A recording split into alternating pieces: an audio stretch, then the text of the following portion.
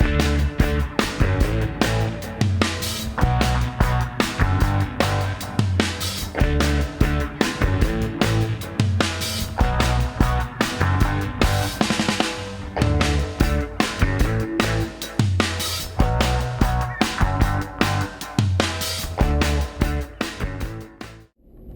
guys, how you doing?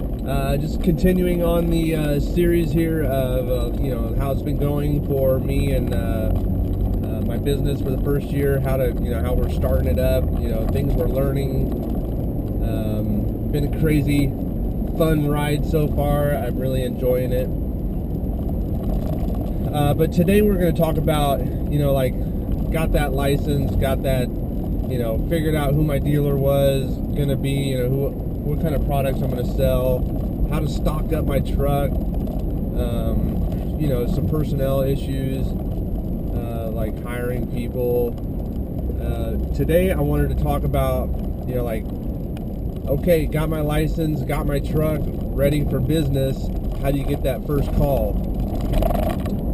So, I remember getting it was like December. It was like, I don't know, probably a week before December when I got my contractor's license, and I was like, boom, okay, here we go. I want to get some calls. Woo! And I was like, so how am I going to get some calls? Well, we had already gone like door to door and done little flyers on doorknobs and went around our entire neighborhood. Probably like, I think like 500, about 500 door tags. And it just went door to door, putting those door hangers on everybody's doors there. So, and I think ultimately we got like, no, I don't need to say that, but I knew right away, just because I had seen on TV a thing called Home Advisor, and I put videos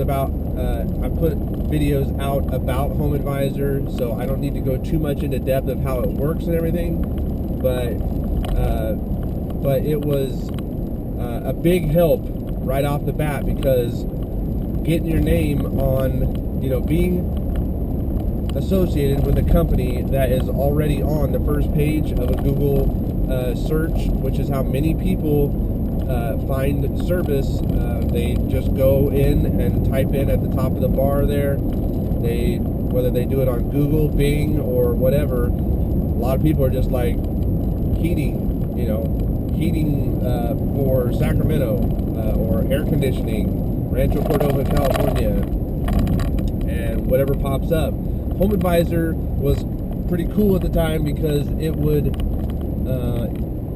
it pops up there, and then your name is like right there. It's not every time, but I know recently, like if you type in like best heating and air conditioning companies in Sacramento, a bunch of names will come up, and my name comes up in that list. So and if they feel like calling me, great. If not, it's just luck of the draw. But that's how I got my first call. The first night was like 8 o'clock at night, and a lady had called and said my heating's not working. So Home Advisor sent me the call. With Home Advisor, you have to be like the first one to get back to them on the phone. You're like, as soon as you get the lead, you need to call them like immediately. Otherwise, the 4 other people that got the same call you did might be calling them very soon as well, and they'll win the call. They'll win the job. So, and you're going to get charged $20 for that lead, regardless. So, of whether you win it or lose it. So yeah, that first night went out and did that call. It didn't turn out to be much. In fact, she ended up having home warranty, and was like, I'm going to call home warranty out here to fix the bad inducer motor. So I mean, that would have been a good first call, but at least I had some calls coming in, and in heating and air conditioning, you're going to have your busy seasons, you're going to have your slow seasons, and so as as the I didn't get my contractor's license till like halfway through winter, basically. So I only got to run for like a little bit during winter. I feel like, and it wasn't like a super cold winter either. So then I started looking around, what other lead generation websites are there? And that's something you guys can do. You can type in, lead generation for my HVAC company. And, you're going to run across guys on YouTube who guarantee you they can get you on the first page of Google, blah, blah, blah. You're going to run across guys who say, or, companies who say they can generate leads. That's kind of what you're looking for, Like I found a guy on YouTube, and shoot, I paid the guy like $900 to, set up a web page for me. It's not my web page, but he's setting up a web page so that he can optimize it. And if people in my area search for, this and that, then my web page comes up, the one that he designs for me. So that $900 paid for the website design. But it's not my page. Well, I mean, I think I've gotten like one legitimate call off of that thing, and like for every lead that comes in from that website, it's a special number. Any number any lead that come in from that guy, I have to pay $30 for it, whether I get it or not. But I'm willing to do that because I know that I'm responsive on the phone and that I will get there. I will get to that customer. In the peak season of summer, if I don't have enough guys and I lose that call, that's on me. But as a company that's starting out, I was like, yeah, I'm ready. I want to do that. Because I want to grow my company. I want to get as many leads as possible. I want to be swamped, so that I have to hire more people so that we can grow.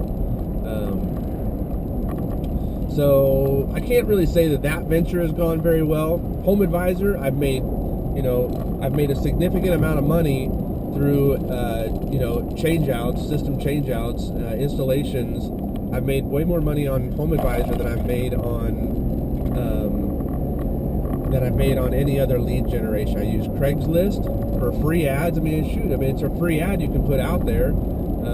And I've made really good money off of Craigslist. You get some of the cheaper customers, the guys that are trying to, they think that you'll put in a condenser fan motor for $85, and you're like, so it can get a little scary sometimes, but you just got to be patient.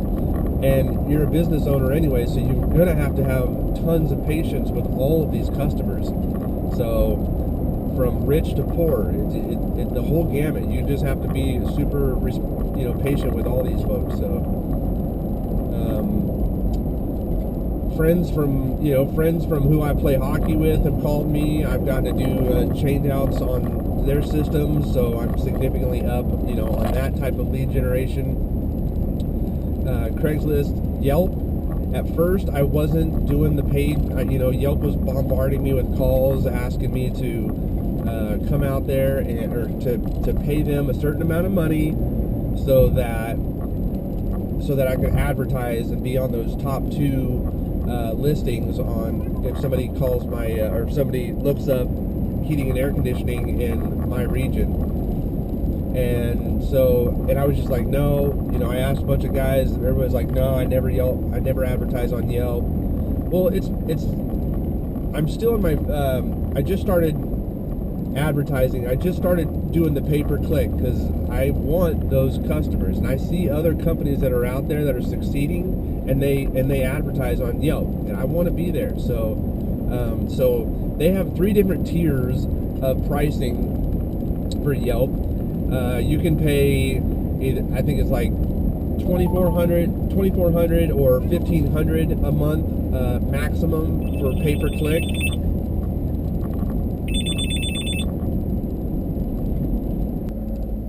Sorry, I had to cut away there.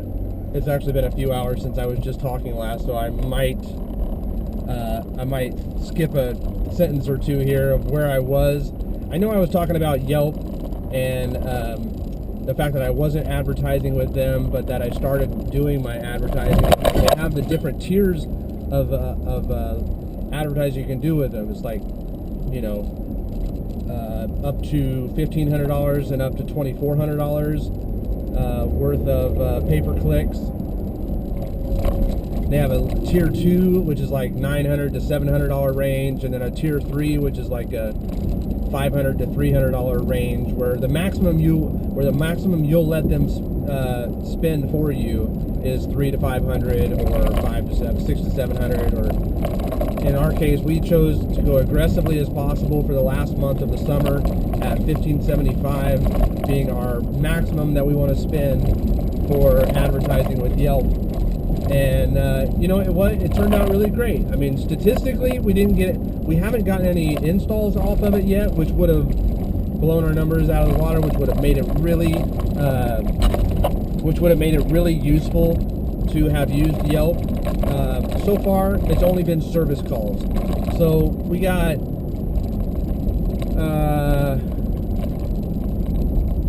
like 100 and some odd clicks over the last 30 days. We've gotten like 130 something clicks. 69 of those actually became like leads for us, meaning they clicked on our little Yelp site on the cell phone. They might have clicked the call to action button. They might have clicked to see our website, clicked to get directions to our business, yada yada, anything like that. Anytime they clicked on within our web page to move forward with something else, then that actually becomes like a lead. You're not paying for leads directly, but of those 69 leads that came to us over the last 30 days, between July 15th and August 15th, 23 of those we actually converted into service calls. So service calls, we went out there and we were only able to became service calls. We were only able to get them up and running, but I believe a few of those, at least 5 of those, we left bids for replacement. So, and I think some of those guys are going to end up giving us a call back during the off season, or hopefully tomorrow, and want that replacement done. So, so that's kind of how Yelp's going for us. It's paying off. It's already paid off to be paying that much money for the advertising.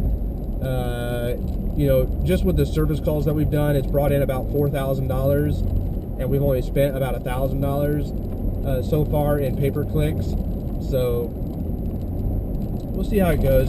Once you get an install out of it, then you're like, once you get an install out of it, and you sell a $8,000, $9,000, $10,000 job or something off of it, you're like, hey, this stuff's paying off. Thumbtack, we used Thumbtack for a little bit, and I'm still using it. Thumbtack is a lot cheaper than Home Advisor to use. These guys call in, they basically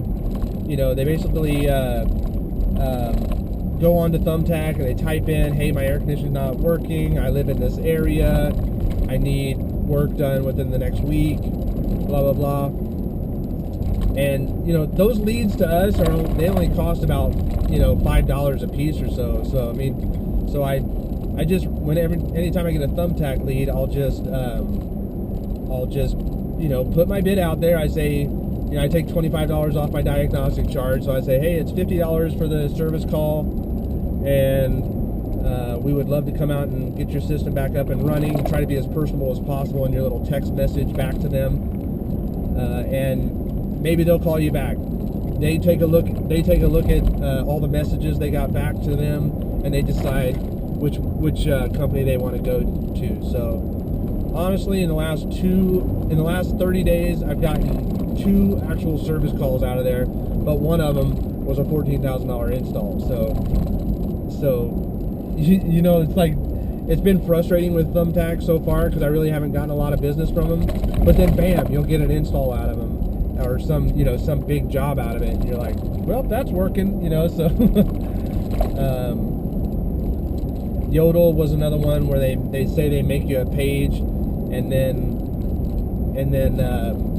they say they make you a page, and then they're going to direct traffic to your page, and those people are going to call you from that web page, sort of like this other guy does that I was using.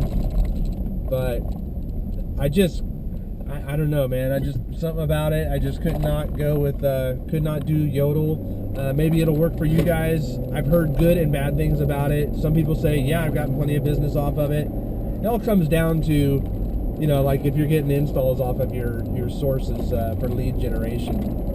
I drive around with logos on my trucks. I got big logos on my trucks. You guys have probably seen them on my videos and stuff like that. But I feel like those big logos are, I want people to see my truck and be like, oh, there's a Fox Family Heating and Air Conditioning truck. So even the logo that I have currently right now on my van, my big cargo van, I wish it was a little bit bigger. Like I wish my letters and everything was bigger, but with the dimensions of the with the truck and everything, I don't know. It looks like a, you know, we might revisit. You know, relabeling that. It's just my first van, so we can always learn from that one and get a bigger logo on the next ones. But I need a big phone number on there, what I do, with my logo on there, you know, with your phone number, like Fox Family Heating and Air Conditioning, 916-877-1577, and that's what they need to know as they're driving by. I have a magnet on my truck from Fujitsu for their mini splits. They just sent me one, so I was like, yeah, I'll throw a magnet on the back of the truck, back of the van. I can't put it on my Ford because my Ford's an aluminum. Some lady just called me yesterday, and she was like, yeah, I was wanting to know about, I just saw a sticker on the back of your truck. We're talking about ductless mini splits. Could you explain that to me? And even though I didn't sell the job to her, it was a lead, you know, so it was a lead that helped generate, you know, possible business. So, and if anything else, she knows, you know, hopefully by me just talking to her on the phone, she liked me and will use us in the future if she ever needs heating and air conditioning. So, all this type of guerrilla type marketing, you know, put some effort here, put some effort here, put some effort here. Don't just put all your eggs in a basket. And I think you'll really start seeing business come in. The last way that I've gone about getting business is my networking groups. And you guys may have heard me talk about it on my videos before, but for this first year, I was thinking about doing, you know, there's these BNI groups that you can join, and they're basically, you know, groups of professionals who are looking to grow business themselves. So they're willing to, you know, if they're ever having a conversation with their customers and air conditioning comes up, they're supposed to say, oh, I happen to have a great heating and air conditioning guy. You should give him a call, and they give him my card. That becomes a lead for me. So all of us in the group are trying to do that for each other. I've been doing that for about 9 months, and other than the fact that the groups that I'm interested in, I'm in one group and I was interested in another one. Both have property managers, property management companies in there, and that's who I want to get on with. Because realtors, I don't get a ton of business from realtors, and you know, quite frankly, they're a little difficult. So, but property managers have renters that they need to get cool now. And I've been able to use my regular retail pricing with those guys. I don't have to cut them any breaks or anything to get them back up and running. The fact that the property management groups or companies are in these groups is nice. But I'm already in with, you know, the company that, or the networking group that I wanted to get in with. I'm already doing business for them. And I don't think they're going to take away my opportunities for work with them in the future. You know, I don't think I'm anybody's main guy. I'm one property management company's main guy, but all these other ones that I work for, I think I'm just a backup guy, like an overflow guy, because I'm still in my first year. I'm just getting my name out there, and I'm basically taking my licks, paying my dues, you know, showing them that I'm very responsive when I need to be, and getting out there. So the networking groups, they're cool. I also joined two local chambers of commerce. They have mixer groups, you know, they have mixers every once in a while. I just went to a mixer on Friday. You know, it was Friday, it was after work. It's like 5:30, 7:30. Probably the last thing you want to go do is go get go to a mixing, mixer, and do some networking after a long day of work. But I went there. I met a business owner who owns a sub shop, like a sandwich shop, and he was like, "Hey, I'm going to give you a call. You do maintenance on systems?" And he was like, "I have 2 systems up top on a roof." And so they turned out to be one of our first couple of. They turned out to be another commercial maintenance agreement for us. So now we're going to do the maintenance on their 2 commercial systems up on top of their roof, and all just from just taking time out of your day and getting out there, being out there, putting your name out there, smiling, getting your face out there, and just being consistent with trying to get work. You just don't sit on your hands. Don't go home at Friday and sit on your hands and just be like, a week's done. Because if you need work, then you need to go out there and get that work. And I know I'm all fired up because it's still my first year of business and everything, and I hope that in 10 years I'm still this fired up. I have a feeling I will be, because I like what I do, and I'm having a good time doing it. And I really, I want to grow this business. So we'll see how it goes in 10 years. So check me out in 10 years if I'm still doing videos. Some stuff has worked for us. Some stuff has not worked for us. The networking group, I'm actually going to go ahead and leave the one group that I'm joined up with already. I'm going to go ahead and leave them because I'm not really into the leadership for that group. The leadership's a couple, no offense ladies, but a couple ladies, and one's a realtor and one's an attorney, and they're both just not like super nice people. I don't know how else to say it. It's just kind of mean. And I want to be in a group of people. I want to be with a group of people that are like seriously trying to help each other out. So not just in it for themselves. And that's what they kind of seem like they're into it for. And they're just not very pleasant people. So I'm going to go ahead and leave that group. And I'll always keep my eye open for other groups. This other group that I wanted to join was a BNI group. But they meet at Tuesday at 12. Well, as an HVAC contractor, I have no idea where I'm going to be at Tuesday at 12 every week. So it would be awesome if there was like a morning meetup, a morning meeting for these groups. But all the other groups around town already have an HVAC contractor in there, and you can only do one owner for each category at a time. So I can't just go join another BNI because there's already other HVAC contractor in there. So that's why I was thinking about joining this one. But in the first month and a half, or the first month, I've made 2 meetings and I've missed 2 meetings because those other 2, I was doing an install on one of those meetings, and I did it on the second one that I missed. I was way up in Roseville, and the meeting's down in Elk Grove, and by the time the meeting started, I was only halfway between that hour drive. So I had another half hour until I was going to get to the meeting, and I was just like, screw it, can't get everywhere. So it's been a great experience, and I hope by me sharing this information with you, it gives any of you new contractors or guys who want to start up their own business, gives you guys ideas of what to expect when you guys start it up. I'm no pro at this by any means at all, and I've only been doing this for less than a year. I'm a technician who has turned into an entrepreneur. I want to become an entrepreneur. I want to be a businessman and grow this company.